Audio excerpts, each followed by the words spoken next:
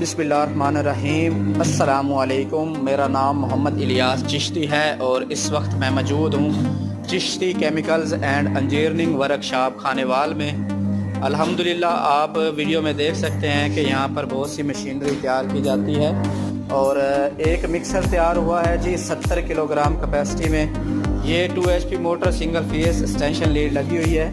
Single phase घरेलू बिजली पर चलने वाली ये मशीन है और इस मशीन के अंदर आप देख सकते हैं कि रेत मैकिंग हो रही है। रेत इस वजह से डाली हुई है ताकि मोटर का लोड अच्छी तरह से चेक कर लिया जाए।